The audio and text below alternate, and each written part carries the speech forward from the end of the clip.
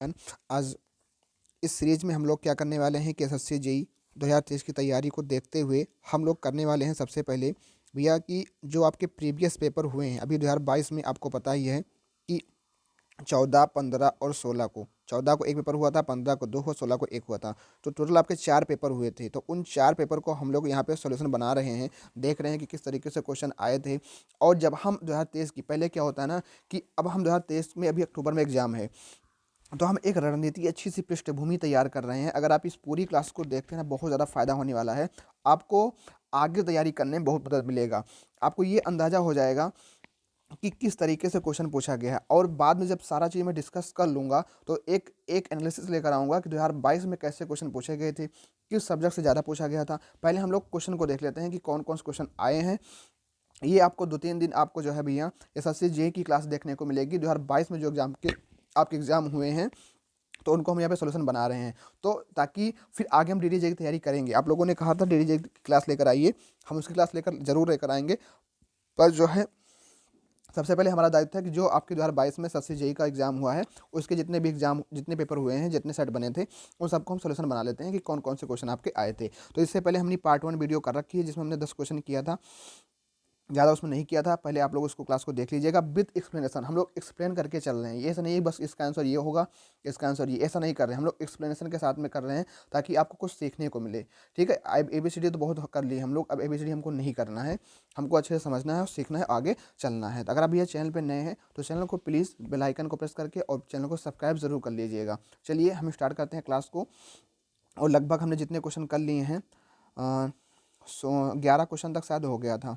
ये previous class की है सब चीज़ें। हाँ, नेक्स्ट क्वेश्चन जो हमारा है वो है हमारा फ्लूइड मैकेनिक्स का क्वेश्चन है, जिसमें आपको दिया गया क्वेश्चन नंबर 12। ये क्वेश्चन आपको बताना है कि इसमें आंसर क्या होगा। क्वेश्चन पहले पढ़ लेते हैं, थोड़ा विजिबिलिटी कम होगी, एडजस्ट करिएगा आप लोग। ठीक है, इसमें क्वेश्चन मैं पढ़ के बता देता हूँ कि इसमें क्या लिखा हुआ है। इसमें लिखा हुआ है specific gravity of fluid in the ratio of it density to density of the balloon. पहली लाइन में ये स्पेसिफिक ग्रेविटी की डेफिनेशन दे रखा है, फिर बाद में कहा है कंपेयर करना है किसके किस में, किसके बीच में, मरकरी की स्पेसिफिक ग्रेविटी के बीच में, वाटर की स्पेसिफिक ग्रेविटी के बीच में और आपके ऑयल की स्पेसिफिक ग्रेविटी के बीच में। तो आप सभी को पता है मरकरी की कितनी होती है, 13.6 होती है, वाटर की 1.0 होती है और ऑयल की जो है एक से भी कम होती है, 0.8, किसी की 0.7, किसी की 0.9 तक। मतलब जो ऑयल होती है उसकी स्पेसिफिक ग्रेविटी जो होती है एक से भी कम होती है। तो उसको अरेंज में करके लगाना है। तो अगर आप लिखना चाहोगे तो कैसे लिखोगे? अगर आप लिखना चाहोगे तो ऐसे तो लिखोगे कि जो specific gravity of mercury greater than specific gravity of water greater than specific gravity of oil.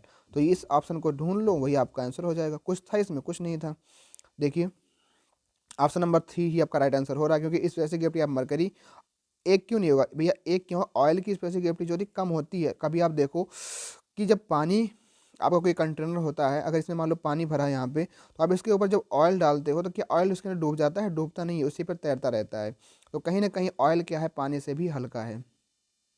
ठीक है, तो इस तरीके से जो आप लोग स्पेसिफिक ग्रेविटी को अरेंज करके लगा सकते हो। ऑप्शन नंबर 3 यहाँ पे जो हो जाएगा आपको वो राइट आंसर होगा। ऑप्शन नंबर 3 यहाँ पे क्या हो जाएगा आपका राइट आंसर होगा। अगला क्वेश्चन आपका है when the fine aggregate is moist volume batching is not consider as a good method proportion because आप सभी को पता है कि जब क्वेश्चन क्या कह रहा है, क्वेश्चन देखो, हम लोग क्वेश्चन को समझना है, आपको क्वेश्चन को पढ़ने का तरीका हम आपको सिखाएंगे। यहाँ पे हम आपको सोल्यूशन नहीं, मेन दिक्कत क्या होती है, आपको आंसर तो आता है पर कभी कभी गलतियाँ जो होती हैं आप क्वेश्चन को समझ नहीं पाते। क्वेश्चन क्या पूछ रहा है? क्वेश्चन यहाँ पे पूछ रहा है when the fine aggregate is moist. जब भी आप एग्जाम में बैठो ना, जब कोई क्वेश्चन समझ में ना आए कि हाँ क्या पूछा, उसको 2 बार पढ़ो, 3 बार पढ़ लो, पर गलत ना करके आओ।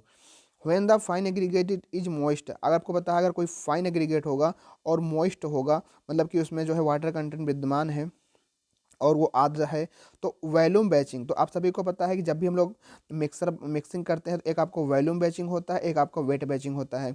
तो वॉल्यूम बैचिंग क्यों नहीं कंसिडर किया जाता, क्यों गुड मेथड नहीं होता है, का क्या कारण होता है? तो आप सभी को पता है कि जब भी आपका फाइन एग्रीगेट के अंदर अगर मॉइस्चर कंटेंट मौजूद होगा तो उससे क्या होता है, बल्किंग की प्रोसेस होती है। आपने सुना होगा कि फाइन जो सैंड होती है उसमें बल्किंग ऑफ सैंड होने की शंका ज़्यादा होती है। इसीलिए हम लोग क्या करते हैं कि वॉल्यूम बैचिंग ना अपना करके वेट बैचिंग करते हैं। तो वही क्वेश्चन पूछा गया है कि कौन से रीजन है, तो बल्किंग ऑफ सैंड हो जाता है भैया, इसीलिए हम लोग जो है वॉल्यूम बैचिंग को नहीं करते हैं। उम्मीद करता हूँ समझ में आया होगा। अगला क्वेश्चन है आपका कि हुई एस्टिमेटिंग का क्वेश्चन है आपका है हुई the following consider is calculating plinth area, मतलब कि कंसीडर मतलब प्लिंथ एरिया में के कैलकुलेशन में इनमें से कौन सा यूज किया जाता है? Courtyard, open area. भैया दोनों ही नहीं लिया जाता, तो ऑप्शन नंबर डी यहाँ पे हो जाएगा राइट आंसर कि ना ऑप्शन ना तो 1 ना तो 2। ठीक है, तो एक्सप्लेन कर रहे हैं, थोड़ा टाइम लग रहा है, तो आप लोगों को समझने की कोशिश करना है कि हाँ चीज़ें कैसे चीज़ें करनी है। हाँ, बढ़ते हैं पहले क्वेश्चन की तरफ। पहला क्वेश्चन है, देखो ये है आपका फ्लूइड मैकेनिक्स का क्वेश्चन है। अब ऐसे क्वेश्चन अगर एग्जाम में आएगा तो भाई करना तो पड़ेगा, पर वहाँ पे हम लोग नहीं कर सकते, यहाँ कर सकते हैं। क्वेश्चन है पढ़ा, पहले क्वेश्चन पढ़िएगा। A compound piping system consist of 1500 metre and 50 centimetre, 600 metre and 40 centimetre, 400 metre and 30 centimetre diameter pipe of the same material connected in series. Calculate the equivalent length of the pipe, 40 centimetre pipe in the area material. तो पहले हम आपको concept कुछ बता देते हैं। किसका concept बताते हैं? कंसेप्ट आपको बताते हैं इक्विवेलेंट पाइप का। इसमें क्वेश्चन ये पूछ रहा है कि मान लो आपके पास जो है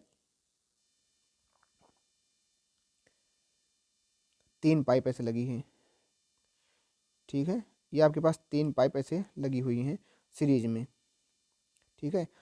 ठीक है, इनकी L1 लेंथ दिया है, L2 दिया है, फिर L3 दिया है इनका, फिर डाया दिया है D1, D2, फिर D3 दिया है। अगर सीरीज में लगी हैं, मतलब कि ऐसे लगी होंगी, ये तो पैरेलल में लगा दिया, तो इसका डाया बड़ा होगा कुछ का, ऐसे फिर आपका डाया छोटा होगा, तो ऐसे। अब ये सीरीज में पाइप लगे, इसकी लंबाई L1 है, इसकी लंबाई L2, इसकी लंबाई L3, इसका डाया D1 है, D2 है और D3 है। तो इक्विवेलेंट पाइप क्या कहती है कि इन तीनों पाइपों को हटा करके यहाँ पे एक ऐसी पाइप सिंगल लगा दिया जाए, यहाँ पे एक ऐसे सिंगल पाइप लगा दिया जाए कि उतना ही डिस्चार्ज इससे हो रहा था, उतना ही डिस्चार्ज इससे हो। मतलब अब मान लो आपने कोई सिस्टम ऐसे बनाया कि पानी को आपको यहाँ से इस कंटेनर से ले जाकर आपको इस कंटेनर पहुँचाना है। आप इसके बीच में एक डाया वाला पाइप लगा रहे हो, फिर यहाँ पे इसका डाया बढ़ा करके डाया इतना कर दे रहे हो, फिर एक पाइप लगा रहे हो। तो अब कह रहा है इक्विवेलेंट पाइप सिस्टम कि इन तीनों पाइपों को हटा करके इनके बीच में जो है एक ऐसी पाइप डाल दिया जाए कि जितना डिस्चार्ज इनसे हो रहा था उतना ही सेम डिस्चार्ज इस वाली पाइप से भी हो। तो वही क्वेश्चन यहाँ पे पूछा गया है। तो उसका कंसेप्ट क्या है भैया?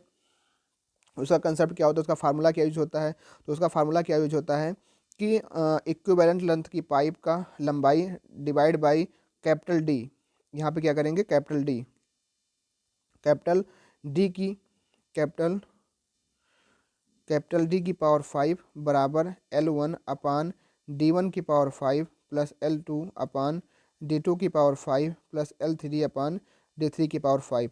तो यहाँ पे आपको L1 कितना दिया है? 1500, यहाँ 1500 रख दोगे L1 की लंबाई। D1 को यहाँ कितना दिया? 50 सेंटीमीटर रख दोगे। यहाँ L2 की लंबाई 600 मीटर दे रखा है, यहाँ डाया 40 सेंटीमीटर दे रखा है, L3 का मान 400 मीटर दे रखा है और यहाँ पे D3 का मान 30 सेंटीमीटर दे रखा है। और D5 का मान कितना दे रखा है आपको? ये 40 सेंटीमीटर। यहाँ L का मान हमको इक्विवेलेंट लेंथ का मान निकालना है। तो आप इस वाली क्वेश्चन में रख करके L का मान निकाल सकते हो। आपका आंसर इतना ही आएगा, मैंने सॉल्व किया था। पर अगर एग्जाम में ऐसे क्वेश्चन है तो आप कहाँ कर पाओगे? इतनी लंबी कैलकुलेशन आप कैलकुलेशन से मतलब बिना कैलकुलेशन हो ही नहीं पाएगी। अब एग्जाम बनाने वाले को समझना चाहिए यार। तो अब देखो होगा क्या कि आप जैसे यहाँ पे इक्विवेलेंट कंसेप्ट को पढ़ोगे तो तुरंत ही आपके दिमाग में आ जाएगा यार कि हाँ जो है ये ऐसे होगा। पर आप इतनी लंबी कैलकुलेशन को सॉल्व करने में थोड़ा बहुत प्रॉब्लम तो होगी, काटो पीटोगे, मान लो इसकी पावर पावर 5 है, खोलोगे ओपन करोगे, टाइम लगेगा। ऐसे क्वेश्चन को एग्जाम हाल में जब भी आए तो बाद में रखा करो, पहले इन पे टाइम वेस्ट ना किया करो, क्योंकि ऐसे क्वेश्चन बनेंगे है नहीं। बाद में मार्क फॉर रिव्यू करके ऐसे क्वेश्चन को रख लिया जाता है, और बाद में अगर आपको लगता है कि हम उससे ये बन पाएगा तो आप इस पर टाइम दे सकते हैं। ठीक है, अगला क्वेश्चन आपका था when the section estimate is found more than the actual requirement। जब भी आपको अनुमानित जो आकलन है वो एक्चुअल आकलन से जब भी आपका अधिक हो जाता है तब क्या किया जाता है? तब उसके लिए रिवाइज एस्टीमेट आपका किया जाता है। मान लो होता क्या है कि मान लो आपकी एक कोई बिल्डिंग आप बनवाने के लिए, आपको कोई एक बिल्डिंग बनवानी है, आप उसके लिए जो है बिल्डिंग बनवाने के लिए आप जो है कोई एस्टीमेट तैयार करते हो। ठीक है, एस्टीमेट आपने तैयार किया, एस्टिमेट जब आपने तैयार किया तो कहा भैया इसको बनाने में 1 लाख रुपए का खर्चा आएगा। पर अब आपने जब काम स्टार्ट कर दिया, काम धीरे शुरू हो गया, पता लगा कि भैया जो अब अनुमानित इसकी जो लागत निकल के आ रही है वो 1,50,000 निकल के आ रही है। तो उस समय में क्या होगा, हमको रिवाइज एस्टिमेट करना पड़ता है कि भैया देखो हमने तो माना था कि इतना 1 लाख में कवर हो जाएगा, लेकिन अब उतना काम में पूरा नहीं हो रहा है, हमको अधिक पैसे की हो सकता है। तो उसके लिए हमको जो है रिवाइज एस्टिमेट करना पड़ता है। ठीक है, रिवाइज एस्टिमेट जो आपका किया जाता है वो आपका होता है यही चीज़ें। ठीक है, ऑप्शन नंबर ए यहाँ पे हो जाएगा आपका राइट आंसर। ठीक है, इस बात को समझना है। अगला क्वेश्चन की तरफ बढ़ते हैं। अगला क्वेश्चन आपका इन्वायरमेंट का क्वेश्चन है। बिल्कुल ध्यान देने वाली बात यहाँ पे है कि spacing between bar of course screen during the sewage treatment process. जब भी हम लोग सीवेज ट्रीटमेंट प्रोसेस करते हैं तो वहाँ पे सबसे पहला एक स्क्रीनिंग आता है। ऐसे को रैक जो लगा करके, ऐसे रैक लगा करके इनके बीच से जो डेब्रिस वगैरह होती हैं, यहाँ पे मान लो यहाँ पे फुल होके आ रहा है तो यहाँ पे बीच में रोक लिया जाता है। तो इनके बीच में जो स्पेसिंग होती है 50 mm होती है, इससे अधिक होती है। ऑप्शन नंबर सी यहाँ पे हो जाएगा आपका राइट आंसर। इस क्वेश्चन को ध्यान रखना है, इंपॉर्टेंट नोट करके। अगर मान लो ये जानकारी आपको ना पता हो तो अपने नोट्स वगैरह में इसको कहीं पे नोट कर लो, क्योंकि एसएससी जेईई के पीवाईक्यू आपको बाद में बहुत फायदा देने वाले हैं। एग्जाम टाइम में आप सोचते हो यार एक बार देख लें एसएससी जेईई, अगर आप पहले ही एक बार करके चलोगे दोबारा आपको देखने में बहुत आसानी होगी। तो इस प्रकार के क्वेश्चन को आप आराम से फोड़ के आओगे। तो इस क्वेश्चन को नोट कर लो जहाँ आपकी कोई नोटबुक वगैरह हो। ठीक है, आगे बढ़ते हैं। अगला क्वेश्चन क्या है, अगला क्वेश्चन है आपका water head up stream is increase when the main canal is running with low supply by means of water head upstream। आप सभी को पता है कि जैसे हमने यहाँ पे अपने डैम को बना दिया तो अप स्ट्रीम साइड में वाटर हेड को को इंक्रीज करने के लिए जो है आपको मेन कैनाल अगर रनिंग कर रही है विथ फुल लो सप्लाई में, तो वहाँ पे उसका मतलब क्या होता है, तो हम लोग क्रॉस रेगुलेटर का यूज करते हैं। क्रॉस रेगुलेटर आपको पता है कि वहाँ पे वाटर हेड को बढ़ाने के लिए काम में लिया जाता है। ठीक है, ऑप्शन नंबर डी यहाँ पे हो जाएगा आपका राइट आंसर। अगला क्वेश्चन आपका है in which of the following cases valuation is not required. In which of the following cases valuation is not required. किस केस में आपको जो वैल्यूएशन करते हैं वो रिक्वायर्ड नहीं होता। आपको थोड़ा जानकारी दे दूं कि वैल्यूएशन क्या होता है। आपने एक टर्म पढ़ा है एस्टिमेटिंग एंड कॉस्टिंग, और इसी में एक होता है वैल्यूएशन। वैल्यूएशन मतलब क्या होता है कि उसकी कीमत को आंकना, उसकी कीमत को आंकना। मान लो अगर आपकी कोई प्रॉपर्टी है, उस प्रॉपर्टी को आपको बेचना है तो ओपन मार्केट में आप पहले उसकी कीमत पता करोगे, भाई इस मार्केट इसकी कीमत कितनी होगी। ठीक है, या कोई आपका मान लो किसी को किराए पे दे रहे हो तो उसको भी पता करोगे, भाई हाँ हमारा रूम इतना अच्छा है, इसमें ये फैसिलिटी है, तो उसके वैल्यूएशन करोगे, फिर भैया दोगे 1500 या 2000 या 3000 रुपये महीना पर इसका हम इसका किराया लेंगे। तो वही आपका होता है वैल्यूएशन। तो इसमें कह रहा है कंपलसरी एक्विजिशन या security of loan against the property to be irrigated. तो हाँ, इन सभी चीज़ों के लिए आपका जो है वैल्यूएशन की आवश्यकता होती है। पर अगर हम बात करें कि बाइंग एंड सेलिंग प्रॉपर्टी, हाँ इसके लिए भी होता है। पर अगर कोई गवर्नमेंट बिल्डिंग है, अगर उसका हम लोग कंस्ट्रक्शन कर रहे हैं तो वहाँ पे गवर्नमेंट लैंड के ऊपर, तो वहाँ पे हमको वैल्यूएशन की आवश्यकता नहीं होती है। तो ऑप्शन नंबर सी यहाँ पे हो जाएगा राइट आंसर। इस क्वेश्चन को भी आपको ध्यान रखना है। अगला क्वेश्चन की तरफ बढ़ते हैं। अगला क्वेश्चन आपका क्या है नेक्स्ट क्वेश्चन की तरफ बढ़ते हैं। नेक्स्ट क्वेश्चन आपका है polythene and polyvinyl chloride resin are various part of building areas. तो कहाँ पे भी यूज किया जाती है, तो ये वाटर प्रूफिंग में यूज होती हैं। जो पॉलीथीन और पॉलीविनाइल क्लोराइड होती हैं ये आपके वाटर प्रूफिंग के कार्यों में यूज होती हैं। ऑप्शन नंबर 3 यहाँ पे हो जाएगा राइट आंसर। नेक्स्ट क्वेश्चन आपका है ए very thin sheet of would which is cut out from the round log 0.5 to 5 mm thickness. देखो अभी क्या है ना कि अभी कोई आपकी एग्जाम नहीं ले हैं, तो आपको अपने टाइम को खराब नहीं करना है यार। ऐसे टाइम पे अपने आप को यूटिलाइज करना है। मैं एक आपका माइंड मैप तैयार कर रहा हूँ, कोई दिक्कत नहीं होने वाली। प्लीज़ आप लोग इस वीडियो को ज़रूर से ज़रूर देखिए और यार इसमें सपोर्ट करिए। आप लोग शेयर करिए, चैनल को सब्सक्राइब करिए। बहुत तेज़ी से, बहुत लो प्रोसेस से ग्रोथ हमारी हो रही है। आप लोग इतना सपोर्ट बहुत कम कर रहे हैं। आप लोग वीडियोस तो देखते हैं पर सब्सक्राइब नहीं करते हैं। हम अपनी पूरी मेहनत से लगे हुए हैं, तो आप लोग सब्सक्राइब करिए और लोगों को बताइए कि हाँ एक चैनल है जहाँ पे आपके सिविल इंजीनियरिंग से रिलेटेड जितनी भी जानकारी है, जो भी ऑल इंडिया में एग्जाम होता है या ऑल स्टेट में एग्जाम होता है, जो भी कोई जेईई का एससी कोई भी एग्जाम होता है, सारी चीज़ें हम यहाँ पे कराएंगे। और आपको आने वाले समय में आपको हम यहाँ पे ईएससी के क्वेश्चन भी कराएंगे। अगर आपको दिक्कत होती है कि भैया हमारे ईएससी के डाउट हैं, ईएससी में क्वेश्चन नहीं हो रहे हैं, तो हम ईएससी प्रीलिम्स तक क्वेश्चन आपको यहाँ पे कराएंगे। आपसे आप दावा करते हैं, वादा करते हैं, पर आपका सपोर्ट हमारे कुछ बहुत ज़रूरी है। आप लोग सपोर्ट करोगे तभी हम कुछ आपके लिए एक्स्ट्रा कर पाएंगे। अभी आपके सपोर्ट की हमको बहुत ज़रूरत है। तो आप लोग सब्सक्राइब करिए और चैनल पर अगर नए हैं तो वीडियो को लाइक शेयर सब्सक्राइब ज़रूर करिएगा। तो अब क्वेश्चन की तरफ बढ़ते हैं। A very thin sheet of wood which in out from the round log 0.5 to thickness, वो होता है आपका विनियर्स कहलाता है। ठीक है, एक क्वेश्चन अभी आपने देखा था, एक फाइबर बोर्ड का क्वेश्चन आया था। उसमें क्वेश्चन वो था कि हाँ, यूपीएमआरसी जेई के अंदर, यूपीएमआरसी जेई में भी हम लोग सॉल्यूशन बना रहे थे, तो हमको एक क्वेश्चन देखने को मिला था कि जो आपका यूपीएमआरसी जेई में था कि एक रुको बता रहे, हाँ, इसका क्वेश्चन पूछा था कि हार्ड बोर्ड, पूछा था कि हार्ड बोर्ड जो है वो किसका एग्जांपल होता है। ये हार्ड बोर्ड जो है फाइबर बोर्ड का ही एग्जांपल होता है, इसको ध्यान रखना। ये आपका यूपीएमआरसी जेई 2022 वाला जो पेपर जो आपका 2023 को हुआ, उसके अंदर क्वेश्चन आया था। तो ऐसे ही हम चीज़ों को आपको रिवाइज कराते रहेंगे, तो आपको बिल्कुल परेशान नहीं होना है, चीज़ें आपके दिमाग में हिट रहेंगी। Total quantity method require cutting detail drawing के लिए होता है। ऑप्शन नंबर ए यहाँ पे राइट आंसर रहने वाला है। अगला क्वेश्चन है design speed for highway increase with increase in the. अब डिजाइन स्पीड, जो आपकी डिजाइन स्पीड होती है हाईवे की, वो कब इंक्रीज करेगी? With increase in the cross slope of the terrain. अगर उसका cross slope of the terrain, मतलब पता है ना आपको, माउंटेनियस होता है, फिर स्टीप होता है 10 से 20, 20 से 25, 25 से 60, ग्रेटर देन 60 पे। तो जैसे जैसे स्टीपनेस बढ़ती जाएगी तो उसकी स्पीड कम होगी, तो ये तो नहीं होगा। कर्वेचर, अब तुम कर्वेचर बढ़ाओगे तब भी कम हो जाएगी।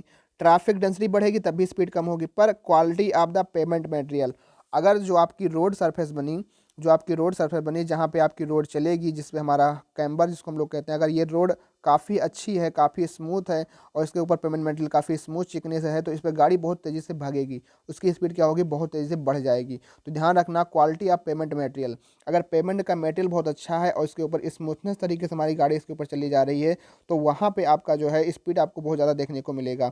जैसे आपने देखा होगा गाँव वगैरह में आपकी खड़ंजा होती है, फिर आपका जो है एक कच्ची रोड होती है, फिर आपने देखा होगा कि प्रधानमंत्री ग्रामीण सड़क योजना के तहत एक आरसीसी बनी होती है। तो आपकी सड़क, आपकी साइकिल किस पे तेज चलती है? आपकी साइकिल इस पे तेज चलती है, खड़ंजा पे खड़खड़ाती है, और कच्ची ईंट पे भाई इस पे भी अगर बारिश वजह से हो जाए दिक्कत होगी। पर इसमें हर मौसम में सीमेंट कंक्रीट पेमेंट रोड होता है, तो बहुत तेज़ी से आप साइकिल चलाते हो गाँव में।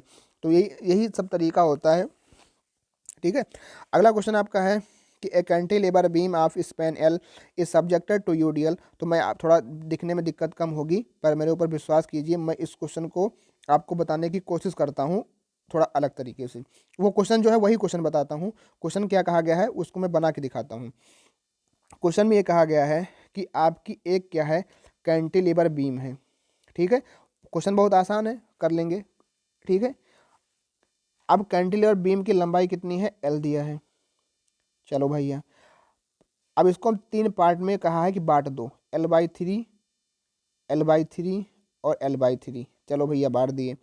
अब कह रहा है कि इसके सेंटर वाले पोर्शन पे यूडीएल लोड लगा दो, W पर यूनिट लोड का, भैया लगा दिए।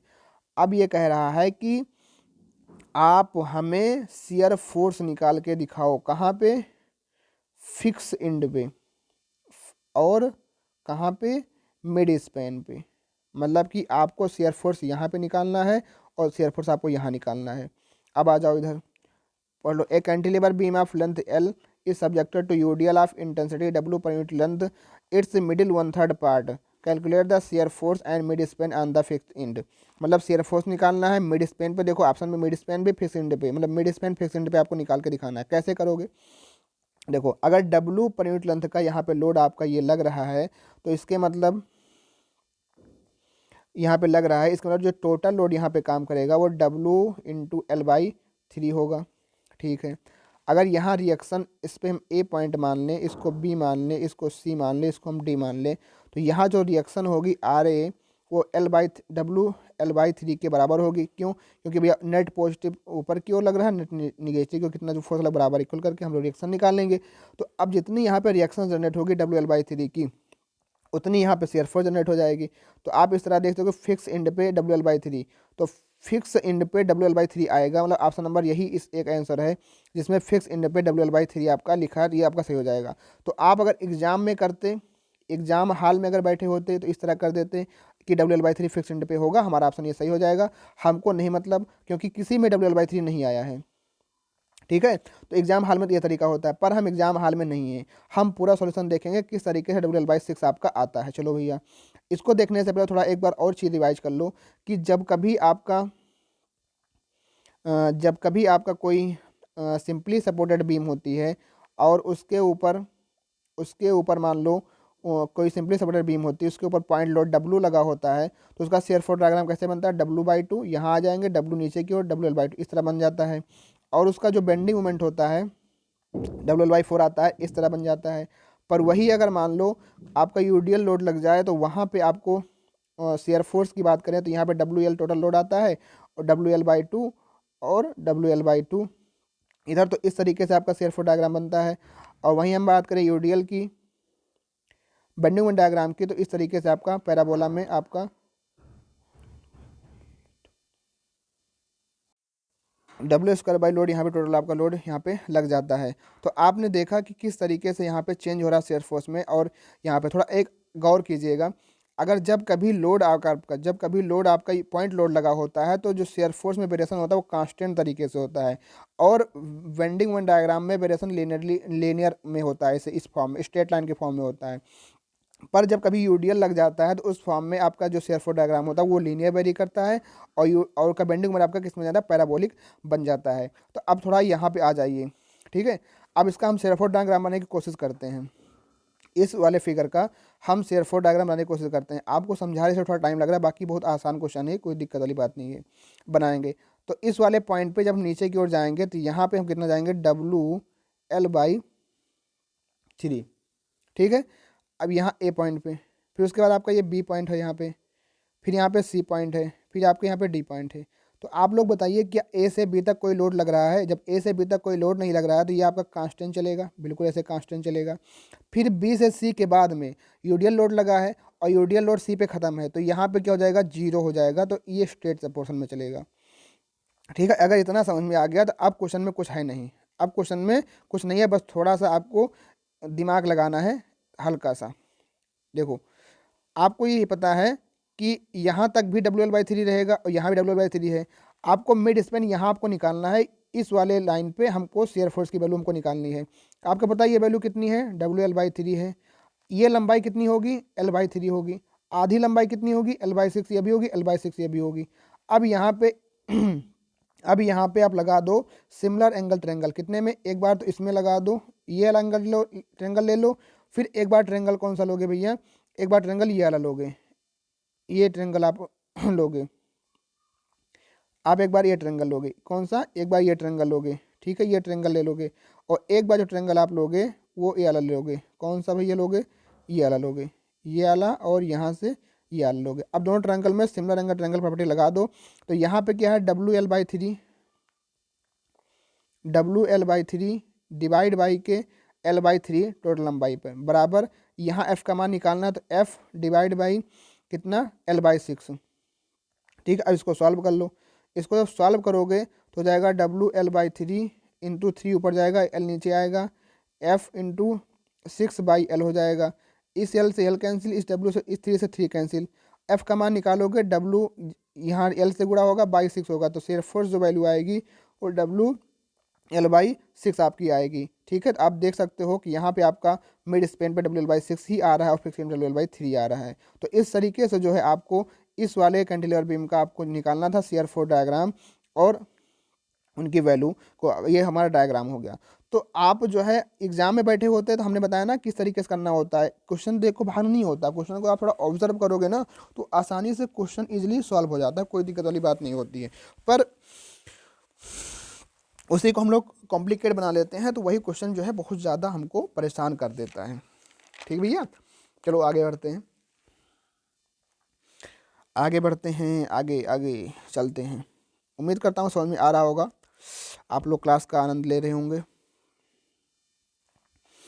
हाँ, कैलकुलेट द डेवलपमेंट लेंथ, तो आपको पता है length in term of diameter bar for tensile reinforcing bar grade FE 415 if design bond of stress tau BD M25 grade of concrete 1.4।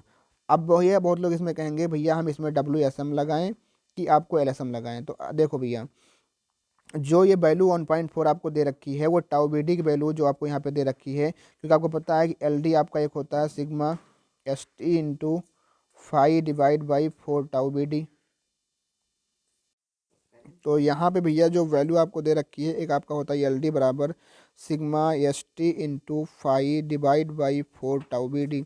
ये आपका WSM मेथड से होता है। पर यही अगर 0.87 FY डिवाइड 5/4 टाउ BD ये आपका होता है लिमिटेशन मेथड में।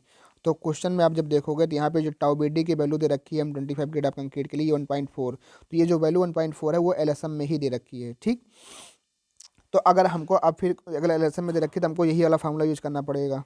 अगर LSM में दे रखी है वैल्यू तो हमको जो फार्मूला यहाँ पे यूज करना पड़ेगा वो यही वैल्यू यूज करनी पड़ेगी। इसके लिए हमको क्या करना पड़ेगा कि 0.87 या FY 415 है, 415 रख दो यहाँ पे और into 5 divide by 4 tau BD value 1.4। इसको सॉल्व करोगे आपका जो है 40 आंसर आ जाएगा। 40 जो आपका वो आंसर हो जाएगा, ऑप्शन नंबर यहाँ पे हो जाएगा राइट आंसर। ठीक है, तो आप इन दोनों फार्मूलों को याद रखिएगा क्योंकि ये दोनों फार्मूलों से क्वेश्चन आपके बनते हैं एग्जाम में, तो दोनों को आपको याद रखना है। ठीक है, आगे बढ़ते हैं। अगला क्वेश्चन आपका पिछला ये भी तो है। अगला क्वेश्चन आपका है the surface of liquid act like stretch elastic membrane under tension, this is a mainly due to. ये जो है सरफेस टेंशन की परिभाषा है, ऑप्शन नंबर सी यहाँ पे हो जाएगा राइट आंसर। क्योंकि सरफेस टेंशन आपको पता है सिग्मा इक्वल टू F/L होता है, इसका मात्रक जो होता है न्यूटन पर मीटर भी होता है। और इसको हम लोग जो है न्यूटन अगर मीटर से ऊपर नीचे मल्टीप्लाई कर दें तो ये जो निकल के आता है newton metre divide by metre square. Newton metre होता है जूल का, तो जूल पर मीटर स्क्वायर भी इसका एक ऑप्शन भी होता है। इस बात को ध्यान रखना, सरफेस टेंशन से रिलेटेड बातें हैं। When canal irrigate only one side because the area of the other side of higher, तो उसको हम लोग कंटूर कैनाल कहते हैं। ऑप्शन नंबर 2 यहाँ पे हो जाएगा राइट आंसर। नेक्स्ट क्वेश्चन आपका है in diagram in diagram of the cross section of the rail, जो आपका रेल का क्रॉस सेक्शन होता है the rail are sometimes Son tilted the reason of this rail, तो क्या होता है इसमें भैया, तो कभी कभी the rails are sometimes Son tilted the reason for this tilt in, क्या लिखा है, विजिबिलिटी कम है, देखते हैं जूम करते हैं। और क्वेश्चन है कि in diagram of the cross section of the rail, diagram तो है ही नहीं, the rail are sometimes Son tilted the reason for this tilt in rail is to provide smooth movement along a turn out, to provide super elevation नहीं, to provide grade compression नहीं, to eliminate the demerit of coning of wheel. Coning of wheel आपको पता है कि आपका जो ये उसका रेल का व्हील होता है और आपका यहाँ पे जो पहिया लगा होता है कुछ इस तरीके से होती है, ऐसे करके ये आपकी धुरी होती है और यहाँ की जो रेल इस साइड की होती है कुछ ऐसे करके ऐसे होती है। ठीक है, और जो आपका नीचे स्लीपर होता है और स्लीपर के ऊपर जो आपको वो रखा होता है वो एज कटिंग करके कर दिया जाता है, मतलब जो ऐसे आपका होता है थोड़ा अंदर की वजह से कटिंग करके रखी, उसको एजिंग कहते हैं ऐसे करके। और यहाँ पे आपको जो है रेल को ऐसे रखा जाता है ऐसे ऐसे, तो इससे क्या होता है कि ये आपकी जो होती है बाहर की ओर भागने को नहीं पाती है। कोनिंग ऑफ व्हील 1/20 तक ये आपकी रखी जाती है। ठीक है, तो इसको आपको ध्यान रखना है। नेक्स्ट क्वेश्चन आपका है the Thiessen polygon method, hydrology question है। तो Thiessen polygon method use to, तो भैया calculate the average precipitation over an area के लिए यूज किया था। नंबर 3 इसका हो जाएगा राइट आंसर। नेक्स्ट क्वेश्चन आपका है, क्वेश्चन नंबर नेक्स्ट क्या है, नेक्स्ट आपका है question number 30। when the water table is close to the ground surface the bearing capacity of the soil कितनी होगी, तो आपकी 1/2 हो जाती है, 50% आपकी जो होती है हाफ हो जाती है। इस बात को आपको ध्यान रखना है। बाकी नेक्स्ट क्वेश्चन नेक्स्ट क्लास में करते हैं, तब तक के लिए थैंक यू, जय हिंद जय भारत।